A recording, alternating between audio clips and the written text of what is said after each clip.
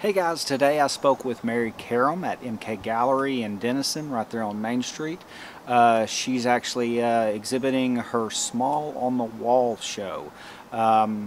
Great local artist, people from around the area that have great talent. She has some unique rules though. The max size is an 8x8, and it also has to be able to be hung on the wall. But interesting art, great local art. If you're interested in just checking out some of the local talent, I encourage you to go by. So I hope you enjoy, and go check out the show.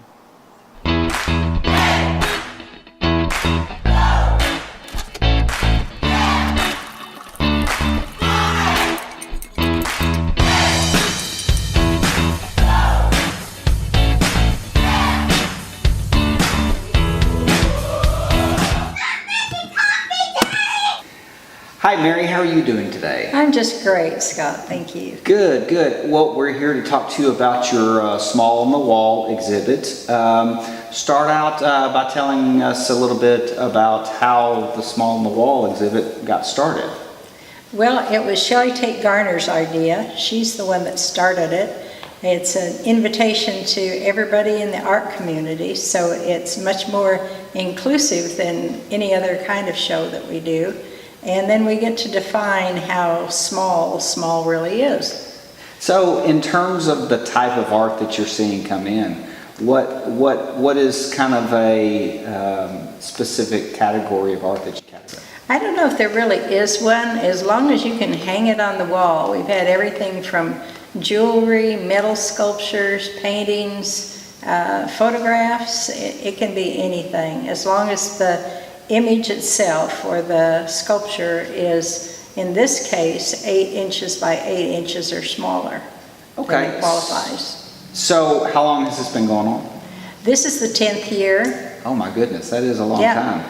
So have you seen it grow over the years? I mean, what kind of response have you seen? You know, in some ways it grows. This is probably the highest quality show we've ever had.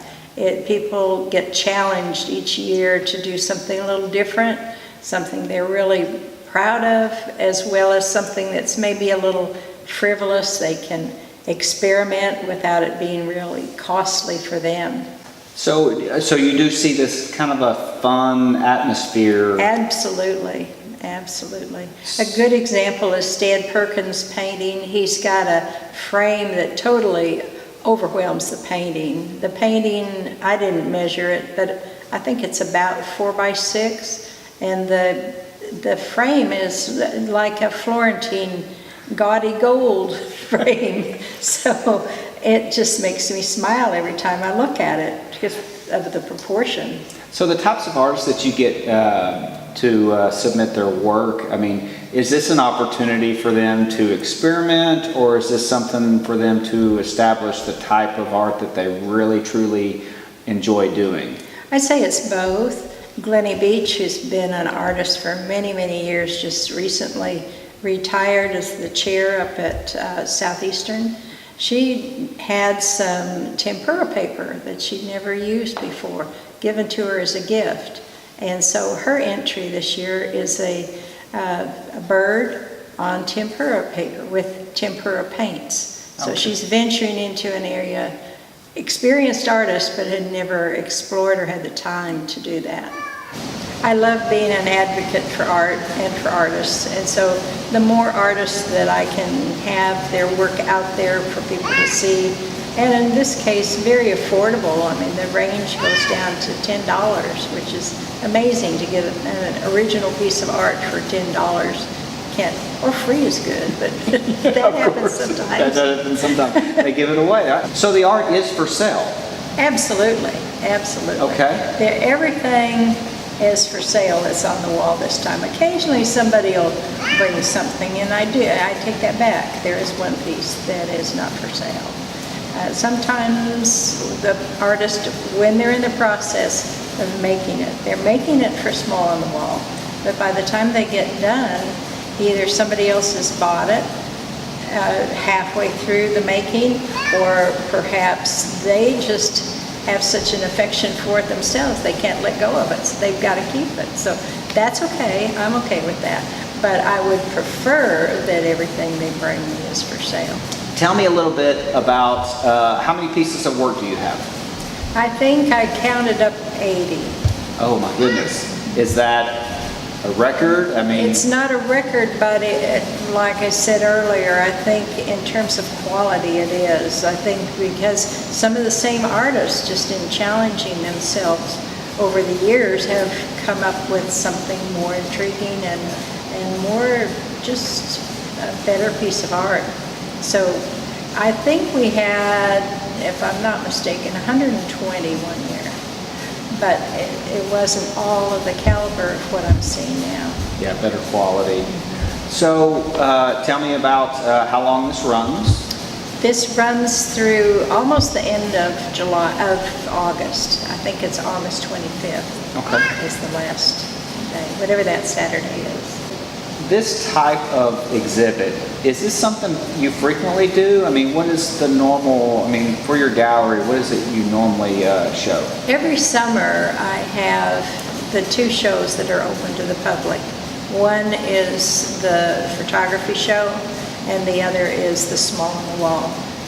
Every year, twice a year, I have either one person or two person shows. And they often introduce a new artist to the area or a new artist to my gallery, one way or the other.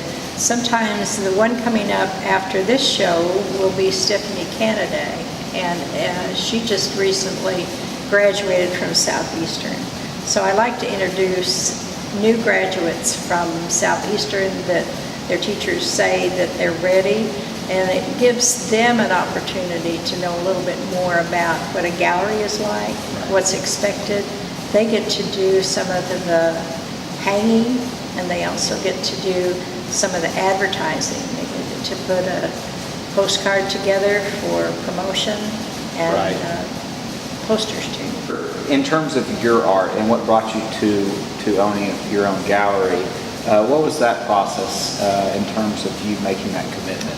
I've enjoyed, like you with your painting, I've enjoyed pottery since I was a kid. I love to play in the dirt. My sisters and I used to make little houses with little mud patties, and we never fired them or anything like that, but that continued into my adulthood, taking workshops out at the Ghost Ranch, things like that. Just love pottery.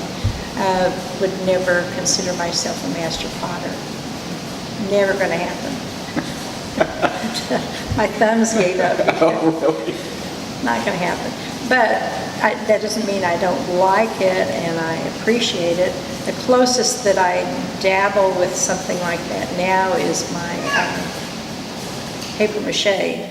Occasionally I'll do something with paper mache, like our Gaga cats that we had for the dog show and things like that. And puppets. I've been a little involved with the puppets. And that's kind of a community thing. It is. That kind of just rose up. Steve helped a lot with that, didn't he? He did. Steve, together with Art Council.